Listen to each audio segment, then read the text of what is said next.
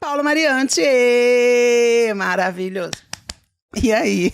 Bom, boa noite, Paula. Obrigado pelo convite e pela oportunidade de estar mais uma vez conversando contigo. Eu lembro, a gente teve uma conversa, para mim foi super agradável, sobre parada, militância, movimento. Sim. Talvez 2016, 17, não sei. Agora, mas tem um tempinho já.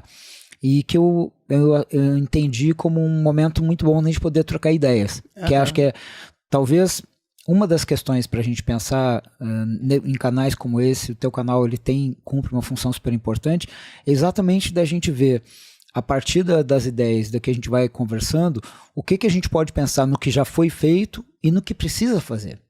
Eu acho que muita coisa já foi feita, por bem e por mal, mas Sim. muita coisa ainda tem que ser feita, gente. Muita coisa. Muita coisa, meu Deus. Ô Paulo, já vou começar te perguntando, você estava na criação da primeira parada de Campinas, não? Estava. Você estava porque em 2001 nós tínhamos a seguinte situação. O Identidade ele foi fundado em 98 e a primeira parada de São Paulo foi em 97. Então, em 97, foi um ônibus de algumas pessoas que eram do Expressão, o primeiro grupo, né? Eu estava lá. Então, tem uma foto no jornal exatamente. do Correio Popular, ainda de Campinas. Eu, Vera Venenosa, Ceissa Matarazzo nessa foto, né? E lembra do impacto foi o ônibus quando chegou na Paulista. Aí o que acontece? Aí a parada de São Paulo, e eu acho essa é uma coisa muito interessante. No primeiro ano, 2.000 pessoas, no segundo ano, em torno de 5. E ela cresceu numa progressão, assim, fantástica, que lá pela quarta, pela quinta já eram 30 mil.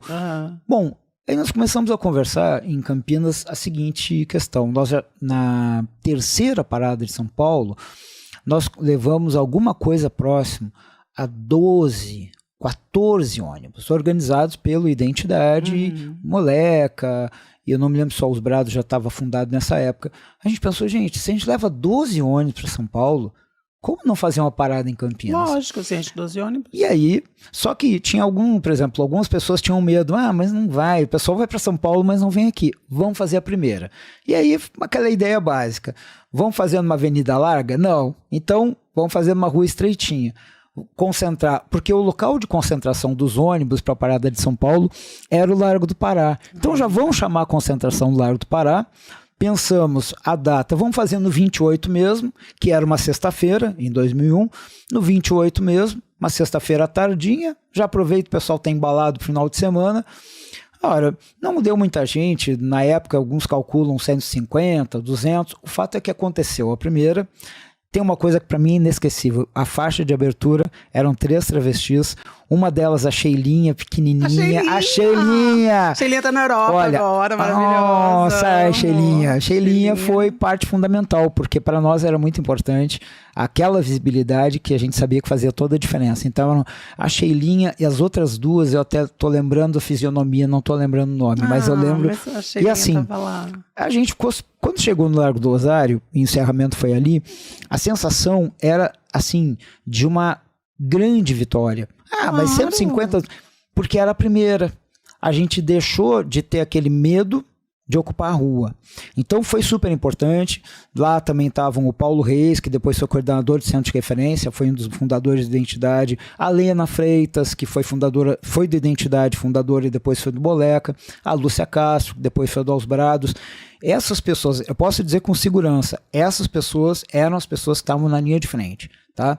E a gente lembra muito bem quem estava e quem não estava. E assim, pensar que numa situação como essa, e uma referência que para nós sempre foi importante, que a parada, mesmo ela não continuando no 28, ela passou a ser no domingo, mas sempre o domingo mais próximo de 28, que aliás 28 é amanhã, para a gente não esquecer da data, para entender que ir para a rua tem um significado, pensar naquela trans negra norte-americana que no Stonewall disse não, foi para cima da polícia, porque senão a gente esquece a história. E esquece o mais importante. A parada é uma celebração, é lindo, mas a gente tem que entender que a parada também é para lutar e é para garantir direitos. Se a gente não entender isso aí, a gente vai estar errando feio.